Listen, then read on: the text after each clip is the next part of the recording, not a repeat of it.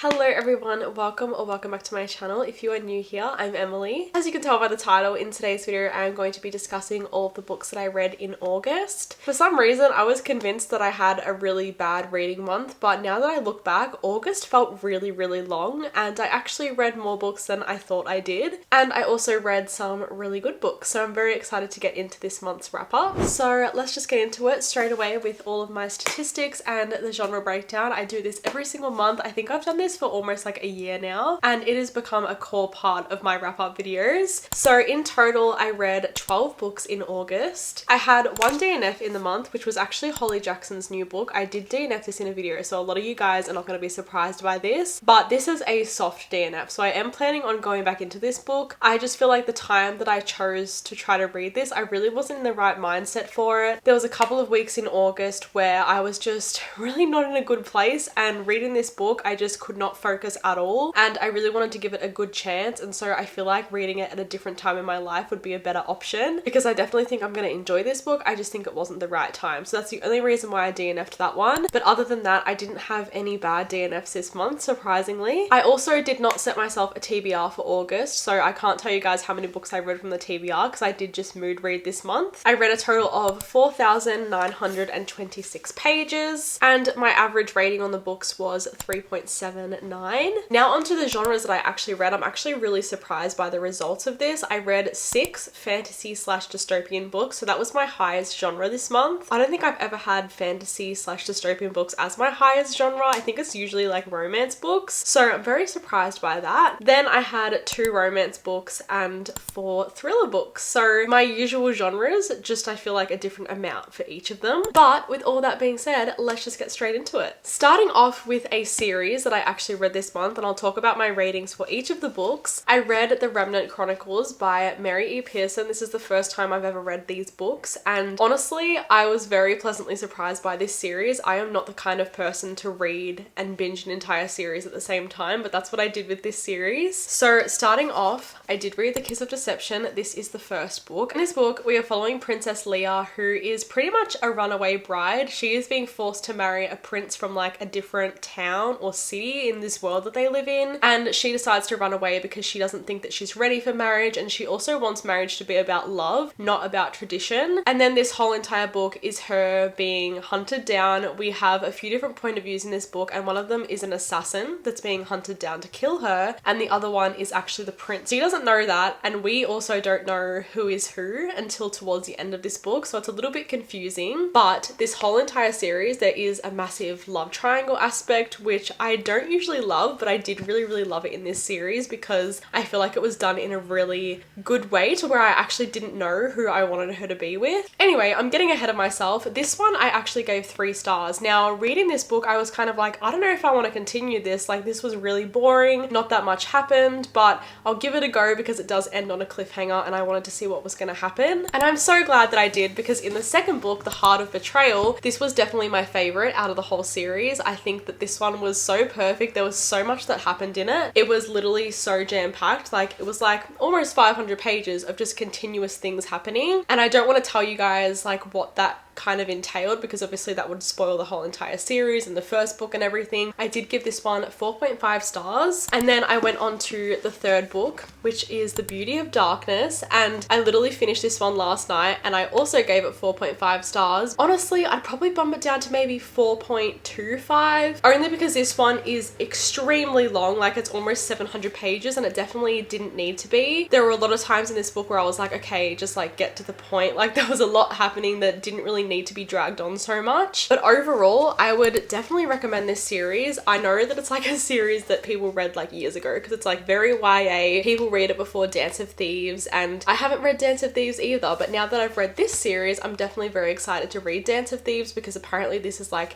a whole backstory to that world. So definitely very happy that I read an entire series this month. This is not like me at all. Also, I am so sorry if you guys can hear background noise. They have just started mowing out the front of my house. They have not done it all whole morning until right this second, so hopefully the camera doesn't pick that up too much. The next book I want to talk about is my favorite book of the month, and that was Bury Our Bones in the Midnight Soil by V.E. Schwab. Now, if you guys have watched my recent video, once this video is up, I actually did go and get a tattoo for this book. Literally the week after I finished it, I got a quote on my arm, which is healing pretty well so far. It says, "Because you are the kind of bloom that thrives in any soil." And I feel like that perfectly entails the kind of vibe that this book will give you. Now, I feel like this one's hard to explain what it's actually about, but we're following a few different characters. We're also following quite a large time frame as well, because this is about vampires, so it's over like hundreds and hundreds of years, and we kind of don't know how these characters like entwine with each other, but then they do end up sort of like all meeting each other, and they've all got something to do with each other. And I know that this book is described as toxic lesbian vampires, and I feel like that is the best way to describe this book. Like, that's the best way to put it. And it's mainly just following their day-to-day lives. It's following how they became vampires. It's following, you know, their first few days as vampires and all of that fun stuff. I feel like I went into this with lower expectations, but I don't know why I did, because I've read a couple of V.E. Schwab's books now, and her writing just gets me every time. Her writing is truly phenomenal. I don't think there is any other author that writes the way that she does, and it just automatically pulls you into her world, and it makes you love her characters so much, even though they are usually quite flawed as well. So as you can probably guess, this was a 6-star read for me. I haven't had a 6-star read in a couple of months, I don't think, so very exciting times. There is nothing I love more than finding a 6-star read, because it's just one of those books that sticks with you for a very, very long time. I'm trying to be better with buying special editions and stuff, but I really want a special edition of this now because I just adored this book so much. I'm actually like really annoyed with the background noise, because I'm like, they had multiple hours to do that this morning, and now they decide to do it when I'm in the middle of filming a video. Like, what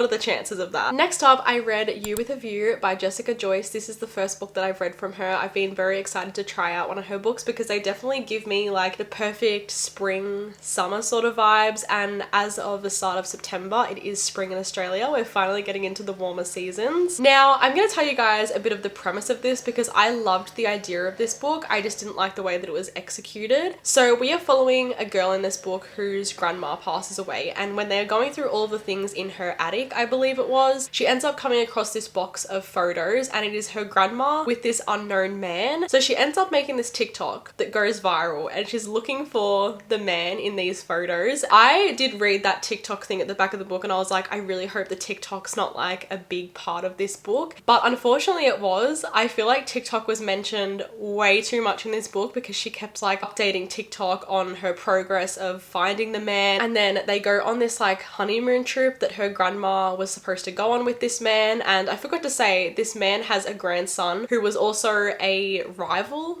of this girl in high school. It's like a whole intertwined thing. I feel like it was like set up to be an enemies to lovers, but it literally did not last long at all, and then they seemed to fall in love straight away. I feel like the pacing of this was really weird. It wasn't until maybe like 100 pages in that they actually went on this trip, but again, like just like the whole enemies to lovers thing was not done well at all, considering they were supposed to be rivals. Like it just wasn't, I don't know how to explain it. I just didn't like it. I didn't feel chemistry between the two characters. I didn't really like them together. I think it definitely would have been a lot sweeter if it was more of a general fiction rather than throwing in a romance. I feel like the romance definitely didn't need to be there, because yeah, I really liked the idea of this, like her going on a trip with her grandma's lover from years ago, like this really extravagant trip, but the whole TikTok thing, the romance thing, like it just really did not make me like this book. So I gave it 2 stars. I definitely still want to read other books from this author because I've heard incredible things, but I think this one specifically just wasn't for me. And I've talked about it before. I don't like social media in books. And yeah, it was just done not in a good way either. It was just like the whole entire book was about her going viral on TikTok. And I was like, I do not want to read about this. So yeah, this one was very disappointing. Then I read The Game's Gods Play by Abigail Owen. I actually listened to this one as an audiobook, and I've been putting off reading this since it came out. Like I think I bought it when it came out, like maybe 1 to 2 years ago. I don't even know now, but the second book's coming out in like a month, so it has been a while. But I am so glad that I listened to the audiobook for this because first of all, the audiobook was phenomenal. I loved it. There was like quite a few cast in it as well. So there was different voice actors, which I always love. I feel like the title of this book is pretty self-explanatory. We are following a bunch of different gods and we're also following this main character in the book. What is her name? I can't even remember, honestly. Okay, I literally don't even know her name and it doesn't say it at the back of the book. But anyway, she ends up getting chosen by Hades, and the whole point of this book is that these gods pretty much have this like Hunger Games sort of thing where they make all of these mortal people go in these trials and challenges against each other, and a bunch of them die, and the gods each have like a contestant each, and then there's like all of these other people in their world that watches it. Hades is known to be like one of the worst people. I think he's like the god of hell or something, like the god of the underworld. So he's known to be really bad, and pretty much the whole point of this is that if their contestant wins, they end up becoming like the new king of all the gods. I'm pretty sure that's like the language that they used around that, but pretty much, yeah, they become like the leader of the rest of them. So all of these gods do not like Hades and therefore do not like our main character either. And she is just going through all of these trials against all these different people, and there's like quite a big found family aspect in this. There's a bit of a romance in this. Like,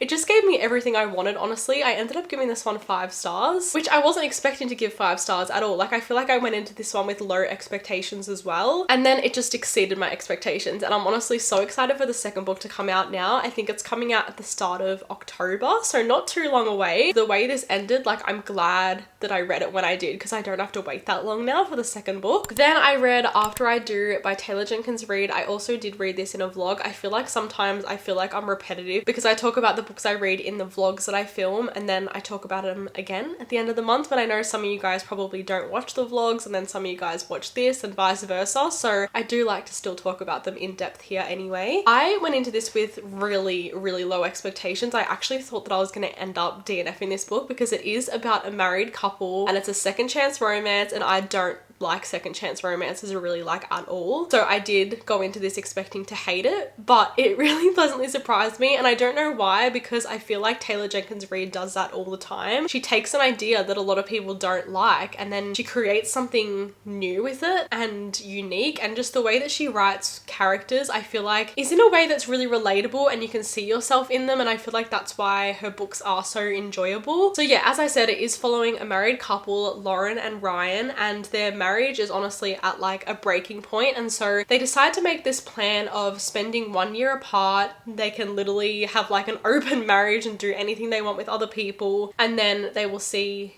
how they are when they get back together a year later, if that makes any sense. Now, I feel like I hated the idea of this, and I know a lot of people would agree. I just don't like the idea of like open relationships and stuff like that, so I automatically thought like, no, like I'm not gonna like this at all. But upon seeing this and seeing sort of like their inner thoughts in a way, it made me understand them so much more and understand why they chose to take that path. And even though we're just following Lauren's point of view, we do get his point of view as well and his feelings. I'm not going to explain how. It pretty much is dual point of view because we know how they're both feeling, but it is just in her point of view, if that makes sense. It'll make more sense when you actually read the book. I highly recommend this. It is so good. It also makes you look at love in a different way, and I do love a unique romance book, and I feel like that's exactly what this was. So I did end up giving this one 4 stars. I thoroughly enjoyed this one. Then I read Gallant by V. Schwab. As I said, I've been in my V. Schwab era. I just love her writing style so much. I heard about this one being like a haunted house sort of vibe, so I wanted to read it straight away. In this book, we are following Olivia Pryor, and at the start of the book, she is pretty much in like this orphanage school sort of situation, and she also cannot talk, but she sees ghouls. So that's kind of like her character. Like, she's literally a mute character this whole entire book, and we're kind of just seeing like her inner thoughts. One day at this orphanage, she actually receives a letter from her uncle who owns this massive mansion called Gallant, and he is inviting her to come and visit them. And when she goes there, she's also got a cousin there, but her uncle is actually nowhere to be seen because he actually passed away, and they're trying to figure out who actually sent her this letter because clearly it wasn't her uncle. And there is like this whole backstory about Gallant. There is like like this whole backstory with Olivia's mum, who warned her to never go to Gallant. She said that she would be safe in life as long as she never went to Gallant. As I said, it is kind of like a haunted house sort of vibe, but I wouldn't say it's like a horror sort of book. Like, it's not scary in that sense, but I feel like it's more creepy and eerie sort of vibes. Let me just say, there is a lot of plot twists at the end of this book that I did not see coming at all. It's also very, very short. It's literally like just over 300 pages, so definitely a very quick and easy read. And I also feel like it's a perfect time for me to be talking about this because obviously we are getting closer to spooky season, and this would be the perfect book to read on Halloween night, I feel like, because it's not too scary, but it's also got the spooky sort of vibe. So definitely would recommend this one as well. I gave this one 3.5 stars. Then I read Rose in Chains by Julie Soto. This is another author that I tried out for the first time. I'd never read anything else from her before. And obviously this was a Hermione and Draco fan fiction from AO3 that has now been turned into a book, and I'd never read the fan fiction, but I'd heard incredible things about Julie Soto's writing and the fan fiction, and I thought I might as well just give it a go. I feel like there was just things missing. I feel like it wasn't advertised in the best way. There was like a whole situation about the way this book has been advertised. I did end up giving this one 3 stars. Like, it wasn't that I hated it, but at the same time I just feel like it didn't give me everything I wanted, and I also didn't like the characters, and just, I don't know, a lot was going on that I didn't expect in this book. It was definitely very dark as well. Pretty much we are following a princess, Brioni, in this book, and there is like this whole situation that happens at the start where her brother dies, and he was like the leader of this place they lived in, so then other people take over, and all of these young girls are actually sold and auctioned off to all these bidders. So it's kind of like a really dark situation, which is what you can expect when you read like a book that has been turned from a fan fiction. But yeah, I don't know what it was. I can't even pinpoint exactly what I didn't like about this. It was like 3 stars. Would I recommend it? Probably not, but I still enjoyed my time reading it. The next book I wanted to talk about is just a little honorable mention. I did read this book a couple of months ago, but I didn't talk about it because it was a beta read, and I haven't reread it from the beta read yet, but I did want to talk about it because it did come out this month, and that is Curse of the Seven by K.S. Eliot. Now, I'm not going to give this a rating because, as I said, I am going to reread this now that it isn't the beta read anymore, because obviously there's been so many improvements made since then, and I'm planning on hopefully getting to this in September. But Kyla, the author of this book, has been one of my good friends for quite a few years now. We met each other back when we both had crystal businesses, which is really cool. So I've loved seeing her journey in writing this book and getting all of the background information and everything like that. And I also do have a quote on the back of this book, which is also very exciting. It is, "Curse of the Seven gave me everything I needed and more. Betrayal, revenge, found family. Truly the best recipe for an incredible fantasy," which I feel like explains this book perfectly, but I will give you guys a little bit more information now that this book is actually out. So in this book, we are following Alexia, whose goal for years has pretty much been to get revenge on this king in the world that they live in Omnia. And the main reason for that is that she watched him kill her parents. So she just wants to get revenge, and this whole book she is kind of like looking for people that are in a similar boat to her that also hate him, and she creates this whole